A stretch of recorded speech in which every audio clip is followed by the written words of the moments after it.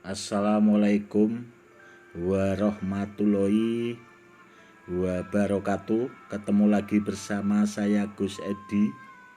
Di sini gudangnya Mustika Batu Badar Besi Ori.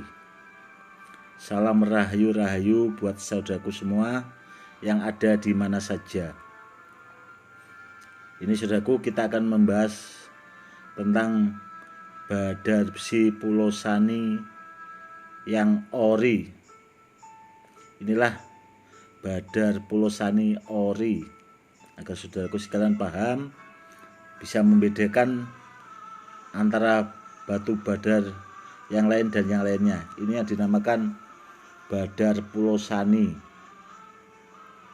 Di dalam perkerisan, batu Badar Pulau Sani itu dibikin atau dibuat pusaka keris, karena setahu saya keris Jangkung itu di zaman Mataram era Sejangkung itu pernah punya keris yang dibikin dari Badar Pulau Sani. Batunya seperti ini saudaraku, dia punya ciri khas seperti ini. Dia bisa saya dekatkan seperti ini saudaraku. Dia kehijau-hijauan saudaraku, batunya kehijau-hijau, kebiru-biruan gitu loh warna batunya, seperti itu, biar saudaraku sekalian paham. Atau kalau pengen jelas bisa datang ke rumah, atau kalau pengen lihat secara langsung, atau biar paham tentang batu Badar Pulau Sani yang dinamakan rajanya Badar, rajanya besi. Ya ini saudaraku, Badar Pulau Sani itu rajanya Badar, rajanya besi. Jadi tuahnya dia fungsi. Karena apa? Karena kan banyak jenis-jenis badar. Itu kalau Badar Pulau Sani itu rajanya atau ratunya.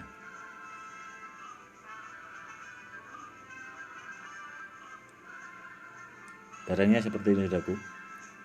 Kalau orang yang punya Badar Pulau Sani itu dia akan lebih mudah punya ageman atau sarana jenis badar-badar yang lain. Karena apa? Karena Badar Besi Pulau Sani itu dia rajanya saudaraku. Badar Pulau Sani itu rajanya badar, rajanya besi. Kalau kita punya barang seperti ini itu dia akan mudah kita punya koleksi atau benda-benda bertuah lainnya. Termasuk besi kuning itu juga kita bisa mendapatkan yang asli.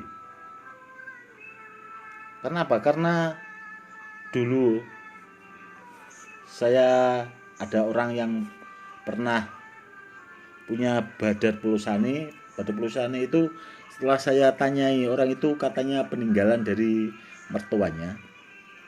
Itu kadang-kadang setiap malam Jumat gitu dilihatin, kan biasanya dikasih minyak atau dikasih wewangian. Itu di kantong Badar Pulau Sani orang itu ada besi kuningnya. Jadi besi kuning aja bisa datang saudaraku.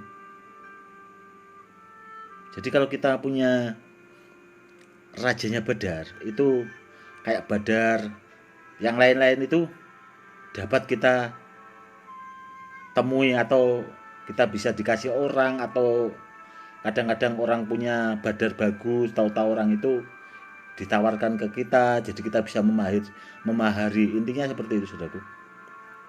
Dan barang-barang bertuah lainnya itu dia akan bahasanya kayak kesedot gitu loh, daya tariknya itu kuat sekali, daya pengikatnya itu kuat sekali. Kan ada yang tanya juga, Gus, apakah Badar Pulau Sani itu bisa digunakan buat sarana kayak pengasihan itu atau pengayuman dan sebagainya? Sangat bisa saudaraku. Karena apa? Karena menurut pengalaman saya pribadi, saya mengutamakan barang ori. Saya pribadi mengutamakan barang ori, itu yang pertama. Yang kedua, barangnya harus aktif. karena saya sebagai seorang spiritual, barangnya harus aktif.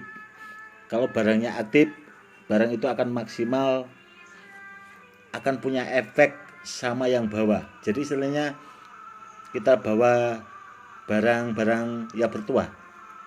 Seandainya kita mau melamar pekerjaan dan sebagainya, itu alhamdulillahnya itu tanpa tidak sengaja kita itu diterima. Bukan kita itu mendewakan barang atau apa ya, melebih-lebihkan barang, itu tidak, saudaraku.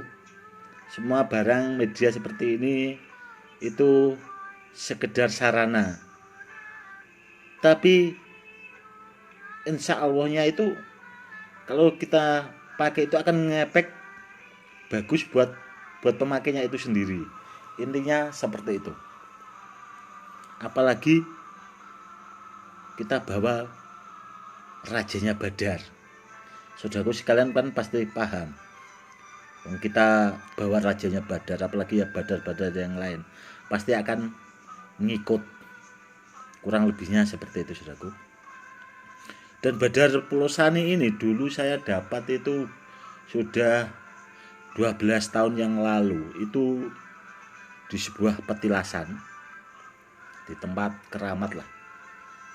Dan kebetulan saat itu jarak tempuhnya cukup lumayan jauh, saudaraku. Karena kita masuk ke tempat petilasan itu tidak bisa dilalui sepeda motor atau mobil. Jadi kita menitipkan kendaraan kita ke kampung terdekat, dan saya itu jalan kaki ke tempat yang ada Badar Pulau Saninya itu di sebuah lembah. Itu perjalanan 5 kilo, saudaraku. Perjalanan itu 5 kilo, jadi saya pulang pergi dari tempat petilasan yang di lembah itu 10 kilo kurang lebih. Pulang perginya segitu, saudaraku. Itu ada di dataran lembah yang sangat, menurut saya, angker lah, karena di situ auranya sangat kuat sekali.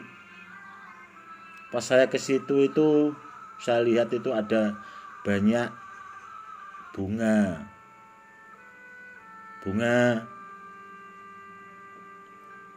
kayak kembang kantil gitu, saudaraku. Cuma bunganya lebih besar, itu yang dinamakan kembang cempoko. Waktu itu saya lihat kembang cempoko itu di petilasan itu, dan saya berpikir biasanya barang-barang bertuah itu tidak jauh-jauh dari,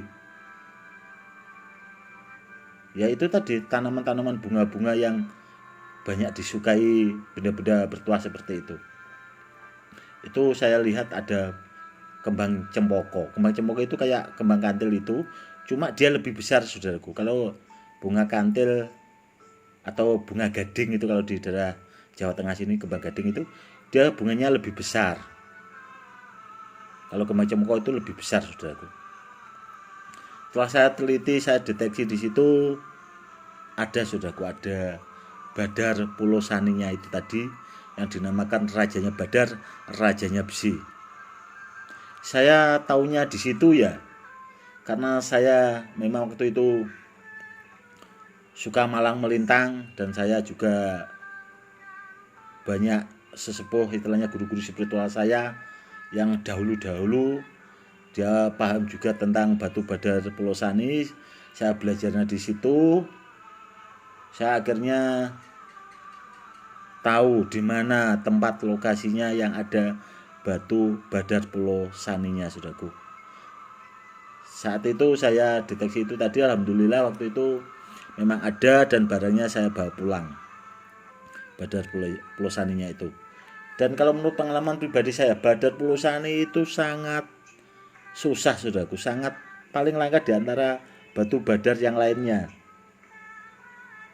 Beda sama batu badar besi yang lainnya, dia lebih susah, saudaraku. Barangnya dia lebih susah dibandingkan batu badar-badar yang lainnya. Dulu ada pasien kebetulan dari Malaysia, waktu itu datang ke rumah, saudaraku, karena orang itu dulu pernah memahari barang katanya dari Medan. Barang itu pernah dikonsultasikan ke saya, divideokan, saya lihat dari jarak jauh, saya lihat melalui video itu ternyata barang itu palsu. Waktu itu saya kasih tahu, orang itu dibuktikan ternyata barang itu benar-benar palsu. Akhirnya orang yang dari Malaysia itu datang ke rumah saya waktu itu kepengen punya pegangan di antara jenis-jenis badar yang paling bagus. Alhamdulillah waktu itu saya kasih buat pegangan lah. Itu badar Pulau Sani, saudaraku. Karena dia kepengen pengen yang bagus lah. Karena orang itu juga pengusaha, dibuat sarana buat pegangan yang benar-benar lah. Dan waktu itu saya dikasih mahar itu 12 juta, saudara. Waktu itu dikasih mahar 12 juta, itu sudah 4 tahun yang lalu. Saya dikasih mahar waktu itu 12 juta. Alhamdulillahnya barangnya sampai Malaysia bagus, saudaraku. Bisa dirasakan efeknya, tuahnya. Alhamdulillah sampai sekarang orangnya masih konsultasi sama saya.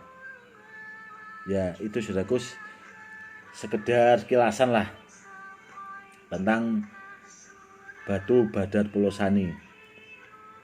Karena apa ya? Karena kalau badar Pulau Sani itu saya pribadi, saya memang terus terang saya suka, saudaraku. Karena yaitu tadi, saya pribadi kan di samping suka jenis-jenis batu badar, kebetulan di rumah saya juga mengoleksi keris, walaupun tidak banyak, saudaraku. Ada kalau 200 lah, 200 biji keris itu di rumah saya ada. Karena saya memang seneng ngoleksi-ngoleksi benda-benda antik seperti itu.